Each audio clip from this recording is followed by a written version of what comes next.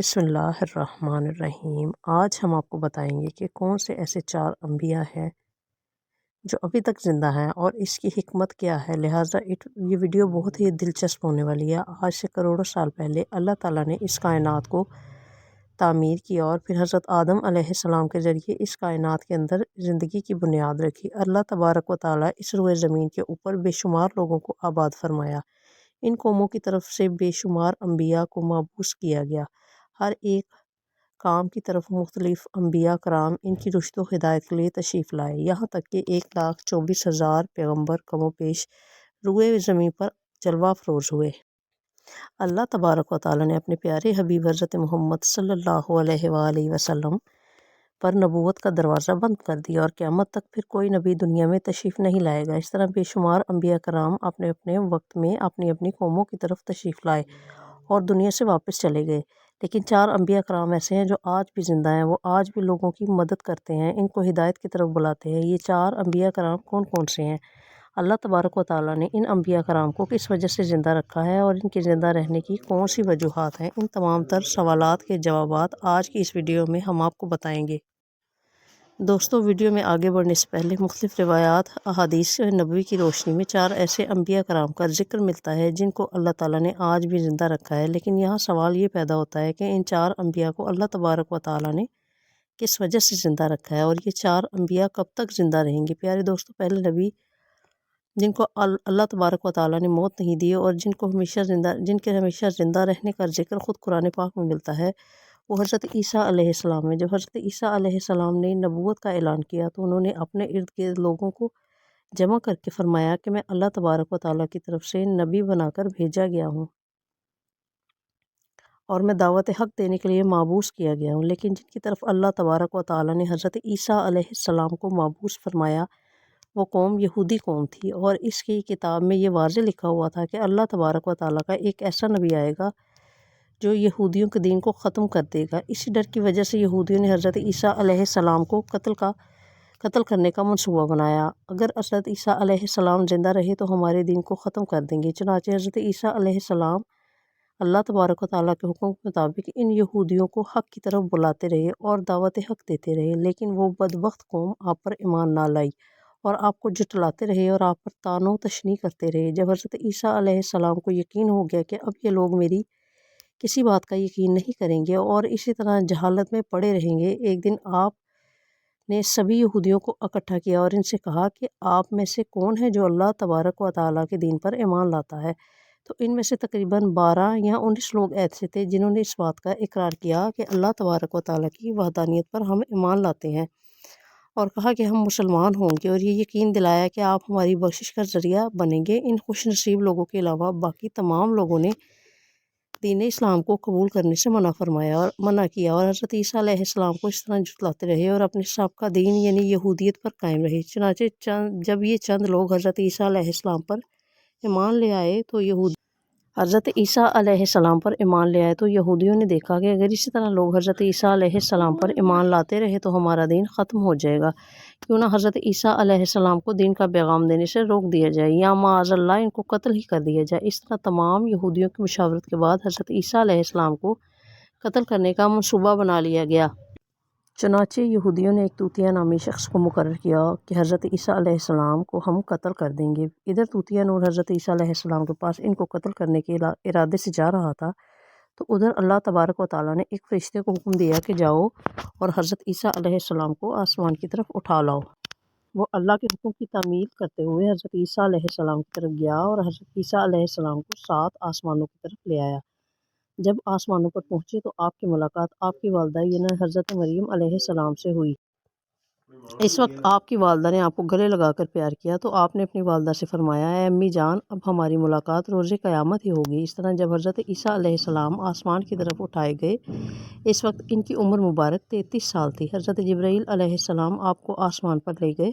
اور ادھر یہودی باہر کھڑے اس شخص کا انتظار کر رہے تھے جن کو انہوں نے حضرت عیسیٰ علیہ السلام کو قتل کرنے کے لیے بھیجا تھا، وہ لوگ سوچ رہے تھے کہ نہ جانے کب توتیہ نور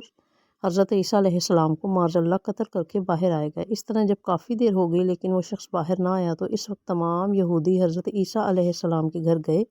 کہ دیکھیں کہ آخر کیا ماجرا ہے، تو انہوں نے وہاں ایک شخص کو پایا جس کا چہرہ حضرت عیسیٰ علیہ السلام سے ملتا تھا۔ انہوں نے اس کو قتل کر دیا، اور قتل کے بعد جب انہوں نے دیکھا کہ یہ تو حضرت عیسیٰ علیہ السلام جیسا دکھتا ہے، لیکن یہ تو ہمارا بھیجا ہوا شخص نہیں ہے جس کو ہم نے حضرت عیسیٰ علیہ السلام کے قتل کے لیے بھیجا تھا۔ یہ معجزہ دیکھ کر تمام یہودی پریشان ہو گئے اور دو گروہوں کے اندر تقسیم ہو گئے، اور تمام یہودی آپس میں ہی لڑنے اور جھگڑنے لگے۔ اس لڑائی کے اندر بہت سارے یہودیوں کا قتل عام ہوا، جس کا ذکر اللہ تبارک و تعالیٰ سورہ نساء میں فرماتے ہیں، اور ان کے کہنے کی وجہ سے ہم نے اللہ تبارک و تعالیٰ کے رسول حضرت عیسیٰ علیہ السلام کو قتل کر ڈالا تھا، کہ انہوں نے ان کو قتل نہ کیا اور نہ ہی انہیں سولی چڑھایا، مگر ان کے لیے کسی کو حضرت عیسیٰ علیہ السلام کا ہم شکل بنا دیا گیا۔ اور بے شک جو لوگ ان کے بارے میں اختلاف کر رہے ہیں وہ بے شک غفلت میں پڑے ہوئے ہیں، ان کے پاس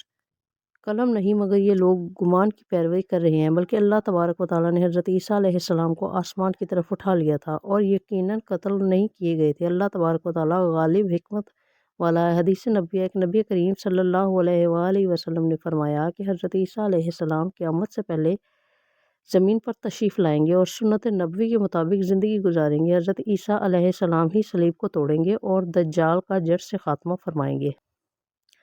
حضرت عیسیٰ علیہ السلام تقریباً 7 برس تک اس دنیا کے اندر زندگی گزاریں گے اور اللہ تبارک و تعالیٰ کے دین کو عام کریں گے، اور آپ کو مدینہ کی سرزمین میں گنبد خضرا میں دفن کر دیا جائے گا۔ اور جو لوگ یہ عقیدہ رکھتے ہیں کہ حضرت عیسیٰ علیہ السلام معاذ اللہ قتل ہو گئے ہیں یا سولی پر لٹکا دیے گئے ہیں، وہ دائرہ اسلام سے خارج ہیں اور وہ کفر کر رہے ہیں، تو پھر بات کرتے ہیں دوسرے نبی کی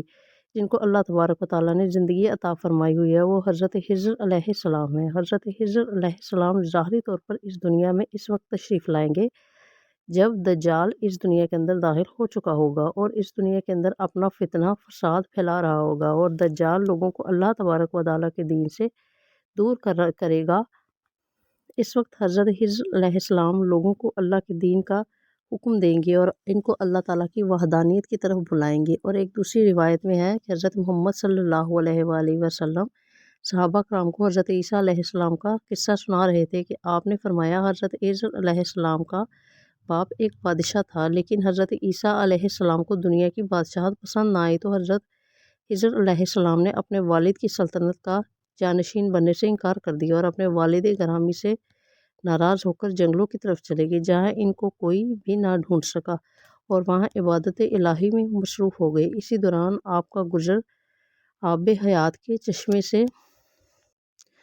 سے ہوا، اور اس کا پانی پی کر آپ تاحیات زندہ رہنے میں کامیاب ہو گئے، اور آپ کی تاحیات زندہ رہنے کا ذکر کافی روایات میں ملتا ہے۔ اس طرح حضرت انس رضی اللہ تعالیٰ عنہ کی ایک روایت نقل کی گئی ہے کہ جب اللہ کے پیارے نبی حضرت محمد صلی اللہ علیہ وآلہ وسلم کا ظاہری وصال ہوا، تو ایک بزرگ سارے مجمع سے ہوتے ہوئے حضور انور صلی اللہ علیہ وآلہ وسلم کے جسم انور کے پاس آ کے رک گئے، اور اس وقت اس شخص نے کچھ پڑھا اور واپس چل دیا۔ اس کے جانے کے بعد وہاں موجود صحابہ کرام نے پوچھا کہ یہ شخص کون تھا، تو اس وقت تو مجمع میں سے کوئی بھی شخص اس شخص کے بارے میں علم نہیں رکھتا تھا، تو حضرت علی کرم اللہ وجہ الکریم نے فرمایا کہ میں اس شخص کو جانتا ہوں، یہ حضرت خضر علیہ السلام ہیں۔ حضرت خضر علیہ السلام اللہ تبارک و تعالیٰ کی حکم سے مصیبت زدہ لوگوں کی رہنمائی کرتے ہیں، اور حضرت خضر علیہ السلام لوگوں کی اصلاح کر کے ان کو اللہ تبارک و تعالیٰ کے حکم سے مصیبت زدہ لوگوں کی رہنمائی کرتے ہیں، اور حضرت خضر علیہ السلام لوگوں کی اصلاح کر کے ان کو اللہ تبارک و تعالیٰ کے حکم کے مطابق زندگی بسر کرنے کا حکم دیتے ہیں۔ حضرت خضر علیہ السلام بہت ہی نیک اور خدا ترس انسان ہے، اور بعض روایات کے اندر حضرت خضر علیہ السلام کا ذکر ملتا ہے۔ حضرت ذوالقرنین علیہ السلام کے ساتھ بھی ان کا ذکر ملتا ہے۔ حضرت خضر علیہ السلام اور حضرت ذوالقرنین علیہ السلام کے ساتھ کسی سفر پر گئے، اور وہاں پر آپ نے آب حیات پیا، جس کی وجہ سے آپ کو تاحیات زندہ رہنے کا موقع ملا۔ حضرت عیسیٰ علیہ السلام اور حضرت خضر علیہ السلام کے بعد تیسرے نبی جن کا ذکر قرآن میں ملتا ہے حضرت الیاس علیہ السلام ہے۔ آپ کا ذکر قرآن پاک میں 2 جگہوں پر موجود ہے،